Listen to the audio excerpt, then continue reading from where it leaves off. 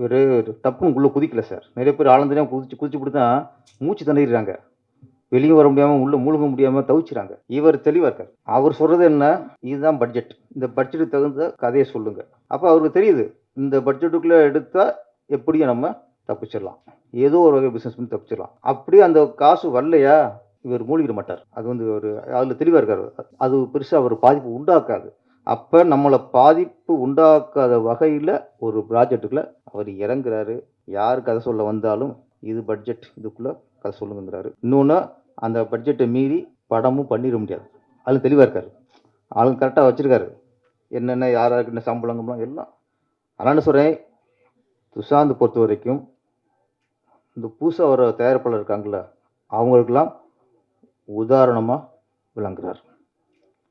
அதை நான் ரொம்ப வரவேற்கிறேன். ஏன்னா இவங்கெல்லாம் ஒரு படம் தயாரித்து அதை ஹிட்டு கொடுத்துட்டா அதுக்கு தொடர்ந்து 10 படம் பண்ணுவாங்க.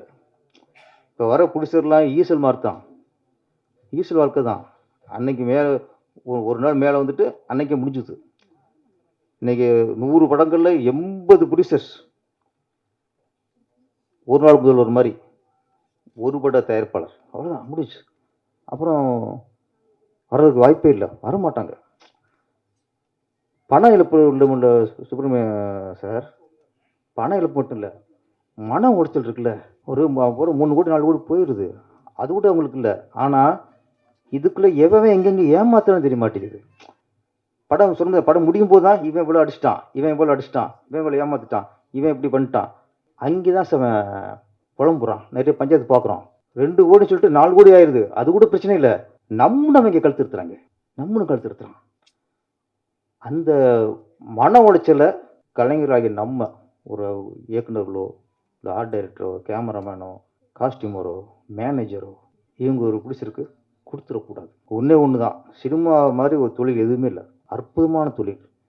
இங்கே டைரக்டர்லேருந்து கேமராமேன்லேருந்து ஆர்ட் டைரக்டர்லேருந்து தயாரிப்பாளராக இருக்கட்டும், மேனேஜராக இருக்கட்டும், தியேட்டர் ஓனர்லேருந்து டிக்கெட் கிளிக்கிறாங்கல்ல, அவங்க வரைக்கும் நேர்மையாக இருந்தால் எந்த தயாரிப்பாளருக்கும் லாஸ் இல்லை சார். பல இயக்குநர்கள் அவங்களுடைய திறமையை வெளிப்படுத்துறதுக்கு காரணமாக இருக்கும்னு கேட்டேன்.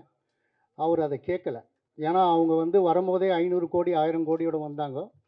நான் லண்டனில் போய் அவர் நிறுவனத்தில் பார்த்து பேசியெல்லாம் சொல்லி பார்த்தேன், கேட்கல. ஆனால் நம்ம நிஷான் என்றவர் ஒரு 8 வருஷத்துக்கு முன்னால் இந்த சென்னைக்கு வந்தார். வரும்போது சந்திரன்றவர் ஈழத்தில் இருக்கிறார், ஒரு டைரக்டரு. எனக்கு இனம் சார்ந்து மொழி சார்ந்து நான் முதல் எடுத்த படம் போர்க்களத்தில் ஒரு பூ. அந்த படம் இந்தியாவில் தடை பண்ணிட்டாங்க, இளையராஜா இசை.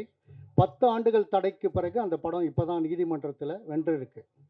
இந்த சமயத்தில் நிஷான் இந்த மாதிரி, அதாவது வரும்போது உங்களுக்கு எல்லாருக்கும் தெரியும், புலம்பெயர் தேசத்திலேருந்து வர ஈழத்தமிழர்கள், முக்கியமாக இனம் பற்று. ஏன்னா எனக்கு ஒரே ஒரு தலைவர் தான் உலகத்தில், மேதகு வேலுப்பிள்ளை பிரபாகரன் அவர்கள். அவர் வழியில் வந்த இனத்தில் வந்தவர் தான் இந்த நம்ம நிஷான் அவர்.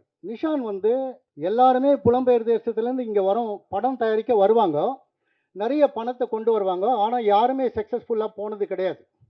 காரணம் பல காரணங்கள் இருக்குது. இங்கே இருக்கிற இயக்குநர்கள், இங்கே முக்கியமாக பேரரசை பற்றி எனக்கு சொல்லணும், அவரை பற்றி நான் முக்கியமாக சொல்லணும். போர்க்களத்தில் ஒரு பூ படத்துக்கு இசை வெளியீட்டுக்கு வந்திருந்தார், அப்போ பேசினார். அவர்கிட்ட ஒரு முறை தான் பேசியிருக்கிறேன். வேலு பிரபாகரன்ற இயக்குனர் உங்கள் எல்லாருக்கும் தெரியும். அவர் சொன்னார், நான் பார்த்ததில் 10.5 மாத தங்கம் பேரரசு. பேரரசு முதலமைச்சருக்கே அதாவது திருப்பாச்சின்ற படம் பார்த்தீங்கன்னா நாங்கள்லாம் மிரண்டு போயிருக்கிறோம்.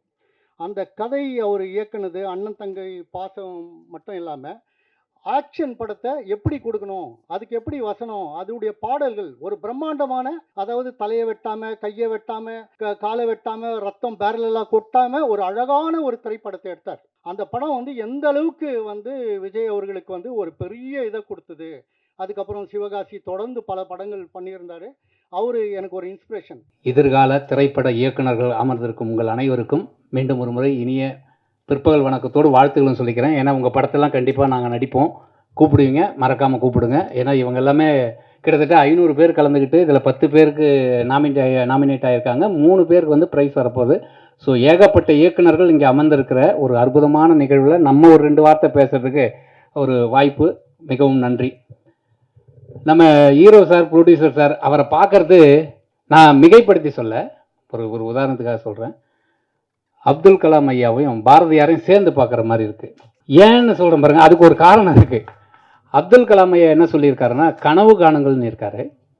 பாரதியார் ஐயா என்ன சொல்லியிருக்காருன்னா கனவு மெய்ப்பட வேண்டும் சொல்லியிருக்காரு. ஸோ இந்த கனவு காண்றது உங்களோட வேலை, அந்த கனவை மெய்ப்பட வச்சிருக்காரு இன்னைக்கு இந்த மாதிரி ஒரு அற்புதமான ஒரு இடத்துல. ஸோ ரெண்டும் சேர்ந்த கலவையாக பார்க்குறேன். இனிய பிறந்தநாள் வாழ்த்துக்கள் சார். மேடம் உங்களுக்கும் வாழ்த்துக்கள். வீட்டில் இருக்கவங்க நம்மளை நிம்மதியாக வச்சுக்கிட்டாதான் நம்ம வெளியில் இந்த உலகத்தில் சமுதாயத்தில் ஏதாவது செய்ய முடியும்.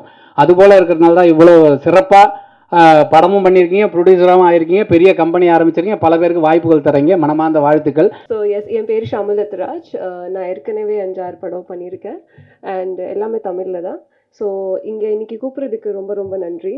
I'm always grateful for calling me here today and congratulations those who are going to receive the award and again congratulations to the sir for this much success and I wish you more good luck and success. Looking forward for more work. Thank you so much. தன்னுடைய கனவை அல்லது மற்றவருடைய கனவை வந்து நிறைவேற்றுற மாதிரி இப்படி ஒரு short film வந்து ஒரு ஐடியா பண்ணி அது ரெடி பண்ண அந்த மனசுக்கு முதல்ல ரொம்ப நன்றி. அந்த வெளிநாட்டிலேருந்து வந்தாலும் அந்த என்னதான் எங்கே தான் லண்டனுன்னு போயிட்டு வந்தாலும் இந்த நம்ம அந்த வேறு கிளைகள் எங்கே வேணாமல் இருக்கலாம், வேறு வந்து இங்கே தான் இருக்குங்கிற மாதிரி அந்த வேரோட அந்த வேர்களுக்கு வந்து நன்றி செலுத்துகிற மாதிரியான அந்த இத்தனை உட்காந்துருக்கீங்க அந்த உங்களுடைய கனவுகளை நிறைவேற்றுவதற்காக ஒன்று பண்ணார்ல, அதுக்கு முதல்ல ரொம்ப ரொம்ப நன்றி தலைவா.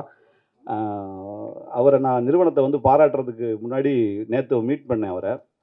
அப்போ வந்து டக்குன்னு நான் பேசிடுறேன், ஒன்றும் உங்களை ரொம்ப கஷ்டப்படுத்திட மாட்டேன். அப்போது ஒரு சின்ன பையனாக இருக்கான்னா ஒரு பையனை வந்து பாராட்டும் போது அவங்க அப்பா அம்மாவை பாராட்டுவாங்க, பரவாயில்ல நல்ல புள்ள வளர்த்துருக்கீங்க அப்படின்னு. ஆனால் கொஞ்சம் வளர்ந்து மேரேஜ் ஆன பிறகு யாரை பாராட்டுவாங்கன்னா கண்டிப்பாக நான் நேற்று பாராட்டினேன் அவங்க ஒய்ஃபை பார்த்து, சூப்பராக வளர்த்துருக்கீங்க உங்கள் வீட்டுக்காரரை அப்படின்னு. என்னங்க குழந்த மாதிரி சொல்கிறீங்க அப்படின்னு. இல்லை உண்மையிலே ஒரு குழந்தை மனசு தான் அவருக்கு. அவரை ரெண்டாவது ஒரு மனிதனும் சந்தோஷமாக இருக்கிறான்னா, சின்ன குழந்தைல சந்தோஷமாக இருக்கான்னா அவங்க பெற்றோர்களுக்கு காரணம். கல்யாணம் பண்ண பிறகு சந்தோஷமான மனசு சந்தோஷமாக இருக்குன்னா உள்ளம் சந்தோஷமாக இருக்குன்னா இல்லம் தான் காரணம். முதல்ல அவங்க மனைவிக்கும் ரொம்ப நன்றி மேடம். நன்றி மேடம். இது வந்து நீங்கள் உங்களுடைய பிறந்த நாளைக்கு இப்படி வந்து நல்ல நல்ல விஷயங்கள் பண்ணுவீங்கன்னா ஒரு 4-5 தடவை கூட நீங்கள் வருஷத்துக்கு ஒரு 5-6 தடவை கூட கொண்டாடுங்க, தப்பு இல்லை, நாங்கள் ஏற்றுக்கிறோம். முதல்ல என்னென்னா கலந்துக்கிட்ட இந்த ஷார்ட் ஃபிலிம் கலந்துக்கிட்ட உங்களை அனைவருக்கும் வந்து வாழ்த்துக்கள். ஏன்னா ஒரு போட்டியில் நான் சொல்லுவேன், நான் கூட பேசியிருந்தேன், வெற்றி என்பது வெற்றி பெறுவதல்ல, வெற்றி என்பது முயற்சி பண்ணிக்கிட்டே இருக்கிறது தான் வெற்றி. அதுதான் வெற்றியை விட மிகச்சிறந்ததுன்னு சொல்லி நான் படிச்சிருக்கேன். அந்த முயற்சி தான் நான் வெற்றியை விட நான் பயங்கரமாக முயற்சி பண்ணுறவனை பார்த்து நான் பயங்கர வெற்றி அடைந்தவனை விட நான் அவனை மதிப்பேன். ஏன்னா அவனுடைய முயற்சி எனக்கு பிடிக்கும். அப்படி நீங்கள் கலந்துக்கிட்ட இந்த 3 படம் 4 படம் அப்படிங்கிற மாதிரியான பரிசுகள் வாங்கும் படங்களை தவிர்த்துட்டு அதுக்காக கலந்துக்கிட்டீங்கல்ல, அதில் உள்ள அவங்க எல்லாத்துக்கும் முதல்ல வாழ்த்து சொல்கிறேன். 2வதாக வெற்றி பெற்றவங்களுக்கு வாழ்த்து சொல்கிறேன்.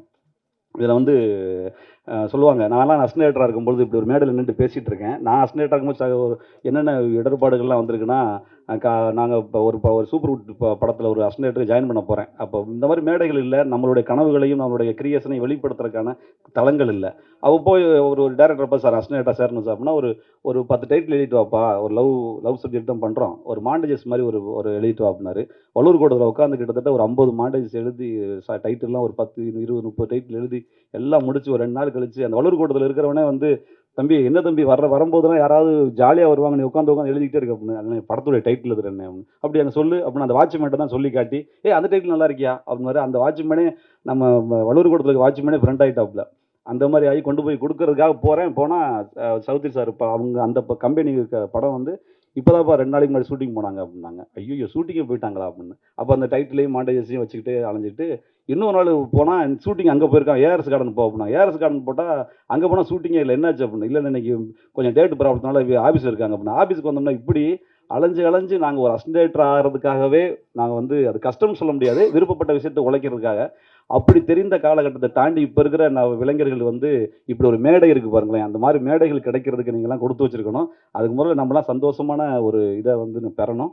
நல்லபடியாக உங்களுடைய எல்லா ஷார்ட் ஃபிலிமும் நல்லா வரணும். தலைவா கலக்குங்க.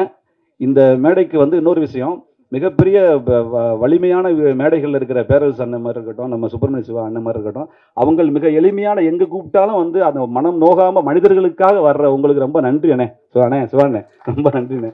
பேரரசு சார் உங்களுக்கு ரொம்ப நன்றி சார். ஏன்னா நிறைய இடங்கள்ல நான் வந்து பார்த்துருக்கேன், எல்லாத்துக்குள்ளேயும் வந்து பெரியவங்க சின்னவங்கன்னு எப்படி நம்ம பார்க்குற மாதிரியான ஒரு சின்ன ஒரு வேறுபாடு இருக்கும். ஆனால் ஒரு வேறுபாடும் இல்லாமல் பேரரசு அண்ணன் வந்து யார் அழைத்தாலும் அந்த அன்பு, அந்த வாடா தம்பி பண்ணுறான் தம்பி அப்படின்னு சொல்கிற அந்த குணம் இருக்குல்ல பேர் அண்ணன், ரொம்ப தேங்க்ஸ்ண்ணே. சிவா அண்ணனுக்கு ரொம்ப நன்றி, வந்த அனைவர்களுக்கும் ரொம்ப நன்றி.